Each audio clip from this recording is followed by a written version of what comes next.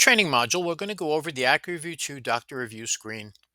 This is the AcuReview 2 Doctor Review screen. It is the most important screen in AcuReview 2 because it's where the pathologist does their diagnosis. You'll notice that the screen changes a little bit depending upon what type of case it is. We do that because we need to change certain things for different types of cases, but you'll notice that for the most part, the structure of the screen stays the same. We do that for consistency to make it easier for you to move from screen to screen without having to learn a whole bunch of new screens. In this video, I'm going to go over the different parts of the screen and show you what they do. For the details of each individual function, there'll be separate training videos which go over them in detail, but for this one, we're just going to go over a quick overview of what the different parts of the screen are. So we're going to start with the upper left-hand corner of the screen. There are three icons. The first one is a home icon. That one takes you back to the dashboard. The second one is an email icon. That gives you an email, a little form that allows you to open up an email to send to the lab about this particular case. Then we have the locate patient icon. That opens up the locate patient screen, which is the full list of your cases. And to the right of that, we have patient details, starting with patient ID, last name, first name, date of birth, gender, age, and then the Acupath accession number, which is our case number. If you mouse over it, you will see the date obtained and the date received. Then we have your case number, which is the one that shows up on your slides, your account number, and the physician name, which if you click on it, will show you all the information about the physician. To the right of that, we have a search box, which has search by case or accession number. And then a little light bulb icon, which when you click on that will show you any system alerts that we have currently running. You will see those same system alerts on the locate patient screens and on the dashboard. These are just anything that we need you to know about the particular things that are going on in the system at the time. Now from here, we're going to go to this part of the screen. I'm going to skip these three buttons for a minute. We'll get to those in a minute. We're going to go straight to the site list. This is where the full list of sites for the case will be. So you see in this case, we have sites A and site B, and it starts with the site name, the clinical impression, and then the status. Under the status for the first case, you'll see it says DX saved, which means diagnosis saved, which means that the diagnosis has been saved for this particular site. On site B, you'll notice it says no DX or no diagnosis, which means the diagnosis has not been saved for that site. Another thing to notice about the site list is that when you mouse over the clinical impression, it will give you the grossing information in that pink box. And when you look at the sites, you'll see that they have a bluish background on one of them. That's the one that you're currently on. So in this case, we have site A selected. If we select site B, you'll notice that the blue background changes and is now highlighting site B because we're now on site B. If you need to change the name of the site and edit it for some reason, you cannot do it from this side of the screen. You've got to do it from the left side of the screen. So on the far left side of the screen, you'll see there's a site name box. You could just type in that box and that would allow you to change the site name. Indications and impressions are similar. They're in this box here, but if you notice there's a red circle, that's because you have to click the edit button before you can edit those. And then you can edit the indications and impressions and make the changes that you need to make. So you click the edit button, make your changes, and then save them. Now from here, I'm going to go to the middle of the screen, which is where the diagnosis is done. So we're going to start over here with primary diagnosis. And AcuReview 2 is what we call a template system because there are templates that you create that allow you to use to make your diagnosis. So when you click the drop down, you'll see the different templates that the pathologist has created. And if they want to, they can even start to type something and search for a template if they want to find them, if they've got a long list.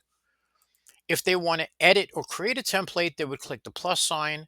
That pulls up the template screen, and they're able to edit or create a template from here. I'm not going to go into the details of how to create and edit templates in this video. There'll be another video that talks about that in detail. So when I select something in one of the templates on the diagnosis, it automatically fills out the text in the text box.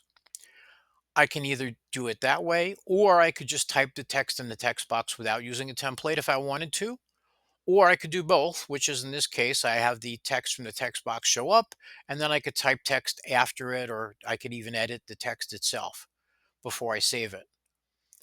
Another thing to know about these boxes is that any of these boxes, for the diagnosis or for the comment, when you double click on them, they open up a larger size box. So this way it's easier for you to type if you've got a lot of information in the diagnosis and you want to be able to see it. Just bear in mind that diagnosis cannot be more than 2,000 characters because that will ruin the structure of the report. The next piece that's important and required is category. So under category, you have whether or not it's benign, infectious, cancerous, whatever. All those things will be selected as part of the template if you created a template. If you did not create a template, you'll have to select it from the drop down here. Another thing to note is this apply to all pending parts button. The Apply to All Pending Parts button will allow you, if you have more sites that have not been selected, in this case there's only one, so that's why it's not highlighted, but if there was more than one site that had not been diagnosed yet, it would allow you to apply the diagnosis to all the pending sites as long as it's not a positive diagnosis. Anything that's a positive diagnosis you have to do individually because of the nature of that diagnosis, but for a benign diagnosis you could apply it to all pending parts and by just pressing that button, and that would automatically do it for you. Once you've done your diagnosis, then if you hit the Save Next button, these are the buttons I said we get to afterwards. The Save Next button will take you to the next site. So if we were on site A and we hit Save Next, it would automatically bounce us down to site B so that we could do that. And this way, if we had a long list of sites, it would be real easy because we just do diagnosis, save next, and it'll take us down through the sites. For the secondary diagnosis, which is the box over here, it works the same exact way as primary diagnosis. So you would select something under the list, and then it would automatically fill out the text.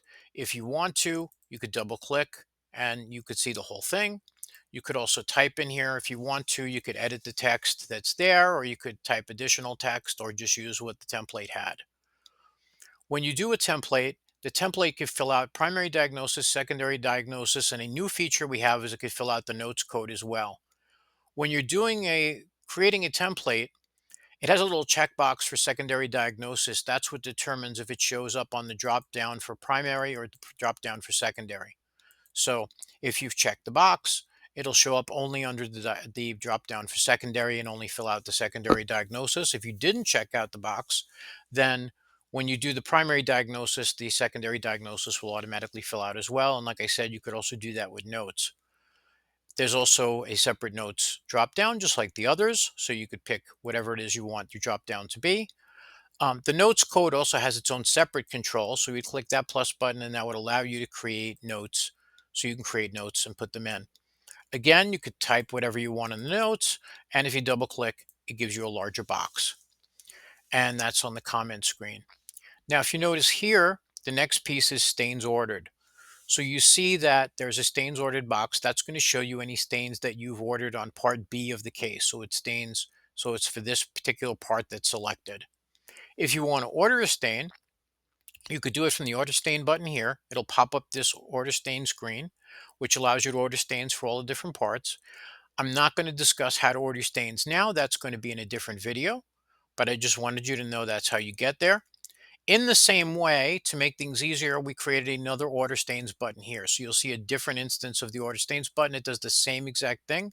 When you click on it, it pulls up the order stains button.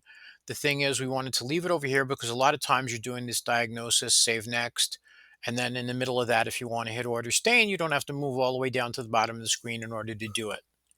And then if you want to finalize the case, you would hit the Finalize button, and that allows you to finalize it. There's also a Finalize button at the bottom of the screen for the same reason, that we just made it so you don't have to move around the screen all over the place. So now we talked about the diagnosis, we talked about ordering stains, and now we're going to have the CPT codes, which is the next part underneath the comments. So you'll notice that the CPT codes are filled out. They automatically fill out. If for some reason you need to force them to fill out, you could hit Auto CPT and it'll automatically fill them out. This little plus sign will allow you to edit the CPT codes. You can add CPT codes and you can remove CPT codes that you've added, but you cannot remove CPT codes that were auto added because of stains. Because if you do that, then it'll show that the stain was ordered, but it'll also show the CPT code, and that'll create a conflict. So we don't want to create a conflict in the report, which will create a billing problem. So for that, you would click this email button, and the email button would allow you to email the lab and then they would be able to remove the CPT code and the stain for you. If you want to request a consult, you would click the consult checkbox here, and that would request a consult. Now we're going to move down to this part of the screen, which we haven't talked about yet, which is ICD codes. So for an ICD code, you would just type in the ICD code and then hit the plus sign, and it automatically appears down here. Over here, you have stains performed. This shows the stains that were performed on the whole case. If you want to update it, you could force the update with an update button. But for the most part, it should automatically update. It just updates on a regular schedule. So that if you wanted to do it faster, you could press the update button. Otherwise, you could just wait and it'll automatically fill in. Then we have your stain profile. Your stain profile is your button here. And this is your upfront stain profile, which basically means that if any one of these site names appeared in the order, then this would be the stain that would automatically be ordered up front because you have an upfront stain profile. We'll discuss this in more detail in another video as well, but I just wanted you to know it was there and that's how it works. Now we have the in progress button. It shows that the case is in progress. We have a date box for preliminary, finalized, and supplemental and amended, so that if those were done, that it would show those. Then we have a preliminary box, which if we were going to put it in preliminary mode, we would click the preliminary box. Then for those of you that are digital clients, we have the Lumea Digital Slides button. If we click the Lumea Digital Slides button, it opens up Lumea. If we're not already logged in, we need to log in just the first time.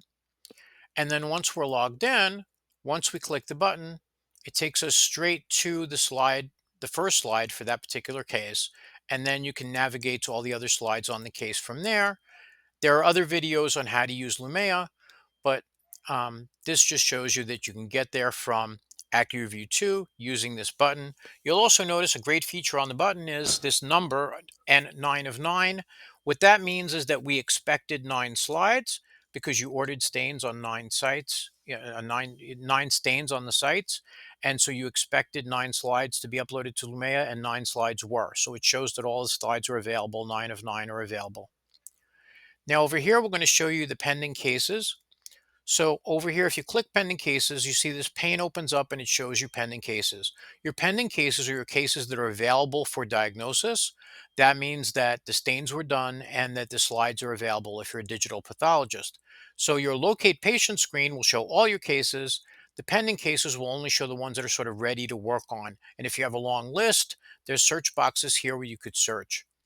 When you want to close that box, you just click the red X. While I'm up here, we're going to talk about clinical details. There's also this button for clinical details. The pending cases button up here does the same thing as the pending cases on the bottom. It opens up that window with the pending cases.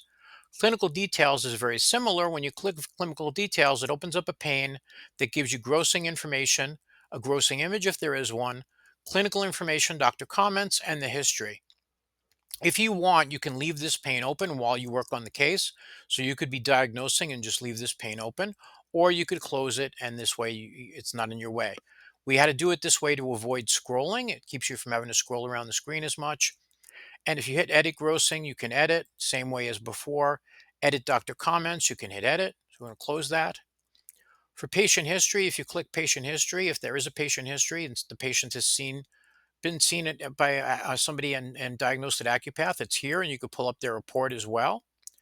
View scan documents will show you any scanned documents that are available on the case, if there are insurance documents or if there's the requisition. And you could also expand that as well and see it better. Amended reports, if this case had been amended, you would see amended reports. This is where you'd see the report PDF. It takes a few minutes, it takes a little longer to generate the PDF. So because of that, we also have a report web view, which is our faster way to look at the case and see all the information about the case. Then we have amend, which you'd be able to do if the case was final and you'd be able to amend the case. Finalize to finalize the case. Save to save the case. That's the same as save next. It's just it saves without going to the next. And that's all the different parts of the doctor review screen.